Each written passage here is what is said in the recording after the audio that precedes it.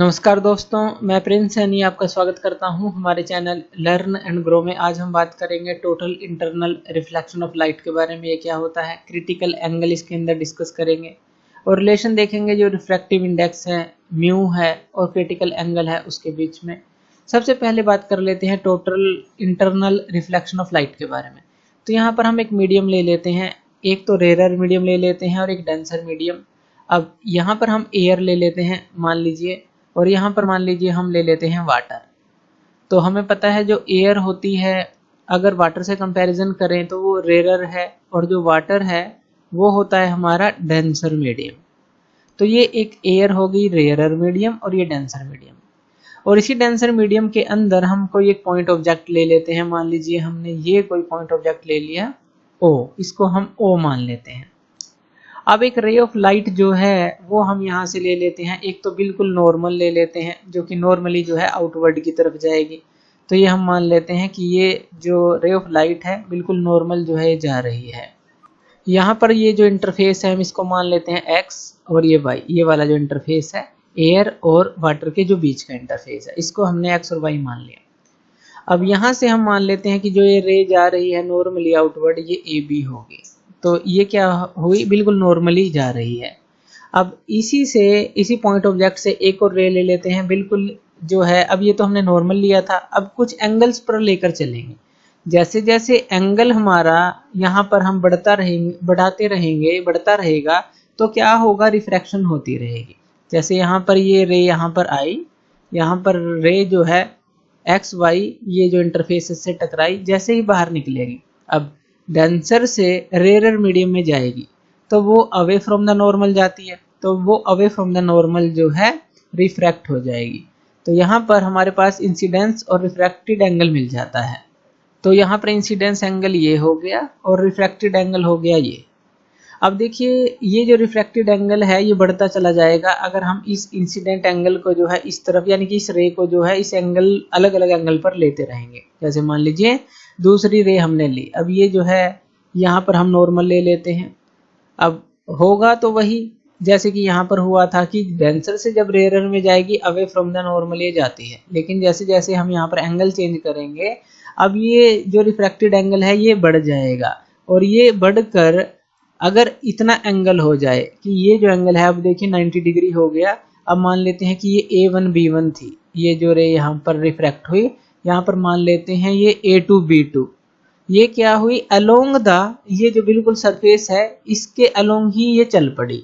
तो यहाँ पर जो ये आई था ये तो एंगल ऑफ इंसिडेंस हो गया और ये रिफ्रैक्टेड एंगल हो गया। अब जब ये एंगल 90 डिग्री हो जाता है इसको हम क्रिटिकल एंगल बोलते हैं। जो रिफ्रैक्टेड एंगल है क्रिटिकल एंगल हो गया, क्योंकि यहाँ पर ये दूसरे फेस के अंदर रिफ्रैक्ट नहीं हो रही, इस इंटरफेस में जहाँ पर एयर और ये डेंसर मीडियम यानी कि वाटर मिल रहा है, ये इसके अलोंग ये चलती है, ये हमें चलती हुई दिखाई देती है, इस तरह से रिफ्रैक्ट होती है। अब इसी तरह से और एंगल हम इसका चेंज करते हैं तो क्या होगा, अब देखिए पहले यहाँ थी, फिर जब हमने इस एंगल को यहाँ पर चेंज किया, थोड़ा और एंगल लिया तो ये 90 पे चलने लगी। अब और एंगल को हमने यहाँ पर चेंज किया, अब क्या होगा, ये जो है यहाँ पर रिफ्रैक्ट हो जाएगी।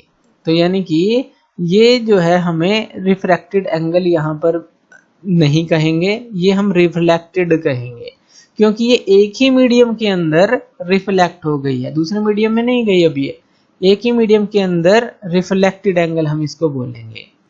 तो यहाँ पर ये हो गया नॉर्मल, ये हो गया इंसिडेंस एंगल, और ये जो हो गया हमारा रिफ्लेक्टेड एंगल हो गया। अब यहाँ पर एक चीज ध्यान रखनी है, जो आई है अगर ग्रेटर देन सी हो जाए, सी का मतलब है क्रिटिकल एंगल, यानी कि ग्रेटर देन 90 डिग्री हो जाए तो रे हमें इस तरह की मिलती है। जैसे कि यहाँ पर हम ले लें कि ये हो गई A3 B3, तो ये थी A1 B1, ये A2 B2 थी, लेकिन आई अगर ग्रेटर देन सी से हो जाए तो हमें इस तरह की रिफ्लेक्टेड रे मिलती है इसी मीडियम के अंदर, और यही जो होती है इसी को हम total internal reflection of light बोलते हैं। इतना क्लियर है? तो total internal reflection of light क्या हो गया, इसकी डेफिनेशन देख लेते हैं। It is the phenomena of reflection of light into a denser medium from an interface of this denser medium and a rarer medium. तो टोटल इंटरनल रिफ्लेक्शन जो है हमने यहाँ पर देखा कि ये क्या है, एक तरह की रिफ्लेक्शन है। किसके अंदर है? डेंसर मीडियम में है, क्योंकि वाटर क्या है? डेंसर मीडियम है। तो वही चीज हमने दिखाई है। It is the phenomena of reflection बोला है हमने, रिफ्रैक्शन नहीं बोला, reflection of light into denser medium from an interface of this denser medium. जो इंटरफेस है वहां से, जो डेंसर और जो रेयर मीडियम का इंटरफेस है वहां से हमें रिफ्लेक्शन देखने को मिलेगी। तो ये total internal reflection of light हम इसको बोलते हैं। उसके बाद जो एसेंशियल कंडीशन होती हैं टोटल इंटरनल रिफ्लेक्शन की, वो डिस्कस कर लेते हैं। वो क्या होती है? लाइट जो है वो ट्रैवल करेगी डेंसर मीडियम से रेयर मीडियम में, यानी कि रेयर से डेंसर में नहीं, डेंसर से रेयर में ही ट्रैवल करनी चाहिए। एंगल ऑफ इंसिडेंस जो होगा डेंसर मीडियम में वो ग्रेटर देन होना चाहिए क्रिटिकल एंगल, जैसे कि हमने देखा कि आई जो है ग्रेटर देन होना चाहिए C for the pair of media in contact. तो यहाँ पर वो उससे, यहाँ इसको फुल कर लें, ये कॉन्टैक्ट है। तो मीडिया इन कॉन्टैक्ट जो है वहां पर जो है आई जो है ग्रेटर देन सी होना चाहिए। तो इस तरह से ये इसकी इसेंशियल दो कंडीशन है। उसके बाद बात कर लेते हैं जो क्रिटिकल एंगल है वो क्या होता है। It is the angle of incidence, ये वो एंगल ऑफ इंसिडेंस है डेंसर मीडियम के अंदर corresponding to which angle of refraction in the rare medium is 90 degree, जिसके अंदर जो एंगल ऑफ रिफ्रैक्शन होगा आर वो 90 डिग्री होगा। तो ये क्रिटिकल एंगल है, ये भी हमने डिस्कस कर लिया। अब देख लेते हैं जो रिलेशन है रिफ्रैक्टिव इंडेक्स और क्रिटिकल एंगल के बीच में, वो देख लेते हैं। अब आई जो है अगर हम उसको सी मान लें, यानी कि क्रिटिकल एंगल के बराबर मान लें, तो आर किसके बराबर होता है? वहां 90 डिग्री के बराबर। आई जब सी के बराबर होगा angle of incidence critical angle के, यानी कि जो रिफ्रैक्टेड एंगल है वो 90 डिग्री के बराबर होगा।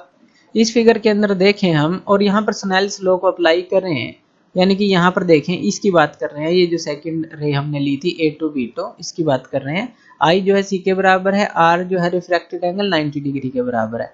अब यहाँ पर स्नेल्स लॉ को अप्लाई करें अगर हम, तो यहाँ पर हमें क्या मिलेगा? इसको मीडियम बी मान लेते हैं और एयर को मीडियम ए मान लेते हैं। तो यहाँ पर हम क्या लिख सकते हैं? ये हो जाएगा म्यू बी बाय म्यू ए, और यहाँ पर ये क्या आ जाएगा? साइन 90 डिग्री डिवाइड में साइन सी, यही आएगा। अब देखिए ये मीडियम जो रिफ्रैक्टिव इंडेक्स और डिवाइड में म्यू ए, और इसके लिए क्या आ जाएगा? जो यहाँ साइन 90 है, यानी कि ये रिफ्रैक्टेड एंगल है, और आई किसके बराबर है? सी के बराबर, तो इसलिए हमने साइन सी लिखा। तो साइन 90 बाई साइन सी, तो ये आ जाएगा। अब यहाँ पर हम क्रॉस मल्टीप्लाई कर देते हैं, तो यहाँ पे ये क्या आ जाएगा? Mu B into sine C आ गया, इक्वल टू ये आ गया mu A into sine 90 degree आ गया। साइन 90 डिग्री का मतलब क्या होता है? 1। तो ये क्या आ गया हमारे पास? Mu A equal to mu B sine C आ गया। और यहाँ से अगर हम निकालें mu B by mu A जो है, यानी कि ये म्यू ए इस तरफ चला गया, साइन सी उस तरफ चला गया, 1 बाय साइन सी आ गया। म्यू बी बाय म्यू ए का क्या मतलब है? इसको हम ऐसे लिख सकते हैं, ए म्यू बी, यही लिख सकते हैं। Refractive index of medium B with respect to A, तो ये किसके बराबर आ गया? 1 बाय साइन सी के बराबर आ गया। तो यहाँ पर ये रिलेशन हमें मिल जाती है।